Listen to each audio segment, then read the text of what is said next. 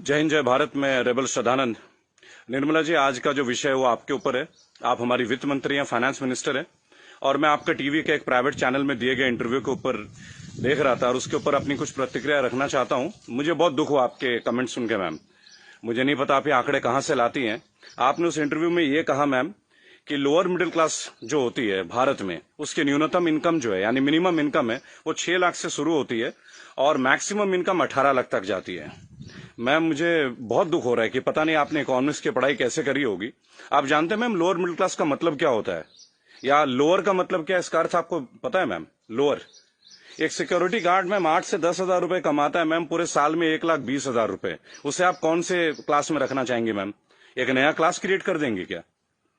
6 लाख रुपए मैम, जानते हैं 6 लाख रुपए क्या होता है मैम? 6 लाख में अगर लोअर मिडिल क्लास फैमिली को मिलने लगे ना मैम, वो उसमें से 4 लाख रुपए साल के सेव कर लेंगे।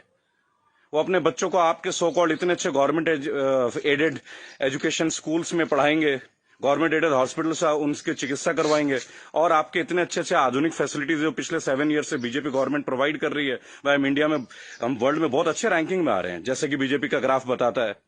वास्तविकता क्या है वो तो हम लोग जानते हैं मैम। मैंने भी वोट किया मैम, बीजेपी को वोट किया, लगातार 2 बार वोट किया। लेकिन मैं आप जैसे नेताओं की जब सुनता हूं ना मैम स्पीचेस, और आप लोगों के आंकड़े, आपके जो डेटा बैंक, आप ये डेटा बैंक कहां से लाती है मैम, ये सोच के मैं बहुत सरप्राइज रहता हूं मैम। आपने बोला 6 लाख न्यूनतम है, 18 लाख मैक्सिमम है मैम। 18 लाख समझते हैं आप मैम? 18 लाख क्या होता है ma'am?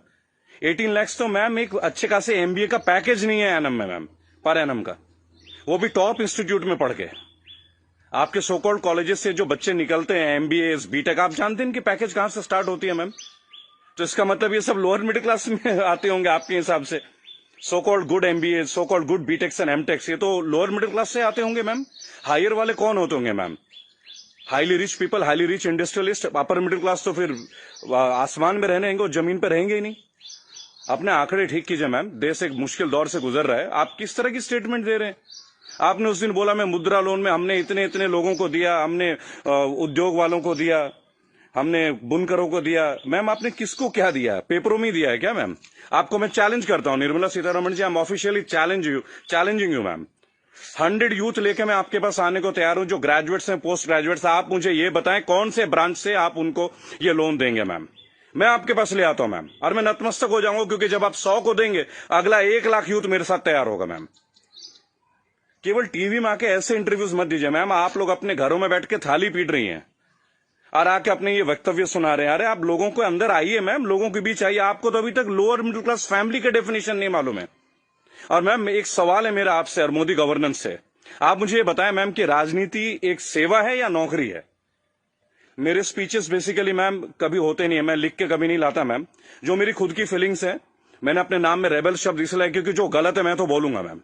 I have the right to express my views. आप मुझे ये बताएं मैम, पॉलिटिक्स, राजनीति, इज इट, ये सेवा है मैम या नौकरी है?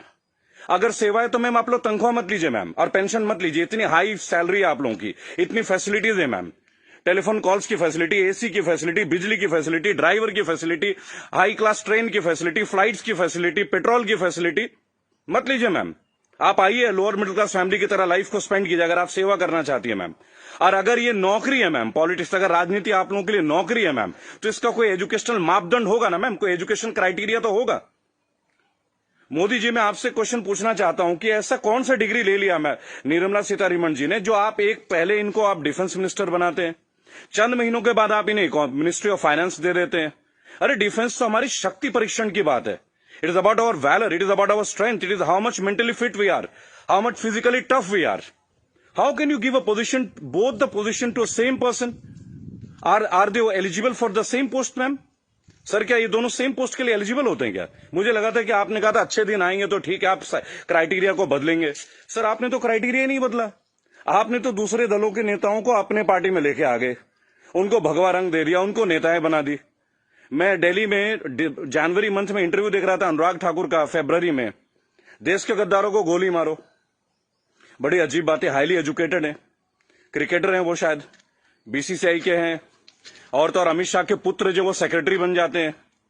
लोगों के ऊपर आप लोगों को बड़ा अच्छा लगता है। आपकी आईटी टीम के ज्यादातर लोग राहुल गांधी को पप्पू पप्पू कप्पू करके बुलाते हैं। देखिए, मैंने एक बात सीखा है, अगर आपको हंसना है ना तो सबके साथ हंसे। If you want to laugh, laugh with others, don't try to laugh at others. It doesn't show your good politics, it shows a political vendetta. अभी प्रियंका गांधी जी ने बसों का इंतजाम किया तो बहुत सारा हवा मच गया कि भाई ये गाड़ियों टेम्पो हैं, वो हैं, फलाना है, ढेका है। अरे सर, आप 2000 बसें लगा दीजिए ना। चलो उन्होंने ऑटो दे दिए, टेम्पो दे दिए, पर उनको कुछ फीलिंग तो रहा, वो दे तो रहे हैं। आप लगा दीजिए 2000 के बदले 4000 बसें। किसने रोक रखा है आपको? उन्होंने तो ये तक कह दिया कि भाई हमारे बसों में आप बीजेपी का झंडा भी लगवा लें। गलत कर दिया क्या सर? उसमें भी आप लोग शोर मचाना लग जा रहे हैं। ऐसा लगता है जैसे you are always ready to fight instead of getting it worked. अच्छा देखिए, मैंने नितिन गडकरी का भाषण सुना टीवी में, ये लास्ट वीक की बात है सर। उन्होंने कहा स्वदेशी अपनाओ। चलिए सर, अपना लेते हैं, पर मुझे ये बताएं, मेक इन इंडिया और मेड बाय इंडिया, इन दोनों का डिफरेंस आपके मिनिस्ट्री का कोई एक मिनिस्टर मुझे दे सकता है क्या? मेक इन इंडिया है क्या सर? आप जमीन देते हैं सैमसंग को, जमीन देते हैं ओप्पो को, वीवो को, चाइनीज कंपनी को, साउथ कोरियन कंपनीज को, वो आके अपना प्लांट लगाते हैं, इंडियंस को हायर करते हैं, और उसके बाद प्रॉफिट जो है वो उनके अकाउंट में जाता है, सैलरीज आता है इंडियंस के अकाउंट में। तो मुझे ये बता दें कौन सा मेक इन इंडिया सर? आप मेड इन इंडिया कीजिए ना, आप अपने इंडस्ट्रीज लगाइए, आपको पैसा रेवेन्यू अपने पास रोकिए। अगर इतना दम होता ना सर हमारे मैकेनिज्म में, आपको चैलेंज कर रहा हूं, आप मैकडोनल्ड्स की तरह एक आउटलेट बना लेते सर। 25 रुपए का बर्गर बेचने वाला भी लाखों करोड़ों रुपए डॉलर्स में कन्वर्ट करके इंडिया से लेके जा रहा है। आप छोड़िए मोबाइल फोन तो बहुत बड़ी बात है, 20-20, 50-50 हजार की बात है। आप बर्गर बनवा दीजिए सर, आप ब्रेड्स बनवा दीजिए, रेवेन्यू यहां जनरेट करवा दीजिए सर, मेड इन इंडिया कर दीजिए। What is make in India sir?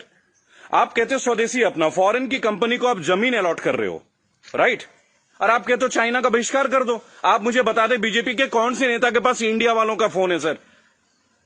और बीजेपी छोड़िए, किसी भी पार्टी, मैं यहां किसी और पार्टी का माउथ पीस नहीं हूं सर, क्योंकि मुझे देखा गया है, मैं देखता हूं ये चीज। अगर मैं आपके पॉलिटिकल किसी फेलियर के बारे में बात करूं तो लोग तुरंत बोलेंगे भाई ये तो कांग्रेस का आदमी है।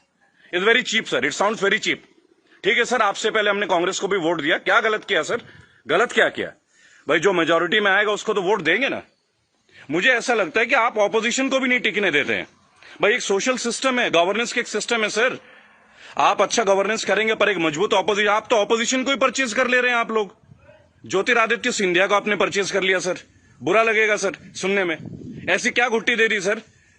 एक झटके में एमपी की गवर्नमेंट जो है वो कोलैप्स कर जाती है, वो भी उस दौर में जब कोविड-19 का दौर रहता है। तब आप लोगों को कोविड-19 का अवेयरनेस नहीं होती, तब आपको नहीं लगता कि लोगों के बीच आपको जाना चाहिए। अहमदाबाद में लाखों लोगों की भीड़ आपने कर दिया, नमस्ते ट्रंप कर दिया सर। क्या ये पॉलिटिकल फेलियर नहीं है?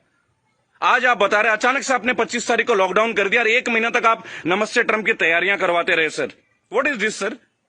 झूठी शान का हमें क्या करना है सर? आज सबसे पहले आप अपने नेताओं को बोलें कि वो कुछ भी बोले ना टीवी में, हेल्प तो आप करना नहीं। मेरी बात सुने सर, सब आत्मनिर्भर है। मजदूर कौन सा मर्सिडीज में घूम रहा है सर? उनके पैर में फफोले गिर रहे हैं। मैंने देखा निर्मला जी ने एक स्टेटमेंट दी, एक लेडीज बेचारी सूटकेस में, उसका बच्चा सूटकेस में बैठा हुआ घसीट के ले जा रही है, तो वो जवाब देती है कि राहुल गांधी को वहां नहीं बैठना चाहिए, राहुल गांधी को वहां जाना चाहिए। अरे राहुल गांधी को जो करना चाहिए वो छोड़िए, आपको क्या करना चाहिए? गवर्नेंस आपकी है, सेंट्रल में आप हैं, पिछले 7 साल से आप लोग हैं सर। हमेशा क्या स्टेट को फेल करते रहोगे क्या, या हमेशा ऑपोजिशन को गालियां देते रहेंगे आप लोग? सर मोदी जी चाय वाला पीएम बन सकता है, सुना था, देख भी लिया सर, बराबर। बाकी चाय वालों का क्या सर? बाकी लोगों का क्या सर? प्रवासी मजदूर छोड़िए, प्रवासी क्या होता है सर? सब भारतीय मजदूरी तो है।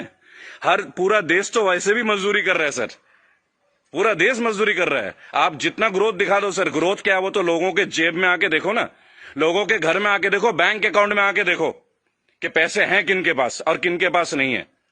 मैं एक रिक्वेस्ट करूंगा सर आपको, आप अपने मिनिस्टर्स को काइंडली एक इंस्ट्रक्शन दें कि वो कुछ भी वक्तव्य दे। बहुत बुरा दौर है सर, इस बुरे दौर में कम से कम स्टेटमेंट्स अच्छे दें। कुछ अच्छा कर ना सके तो अच्छा बोल ही लें, लोग तो अपना कर ही लेंगे ना सर।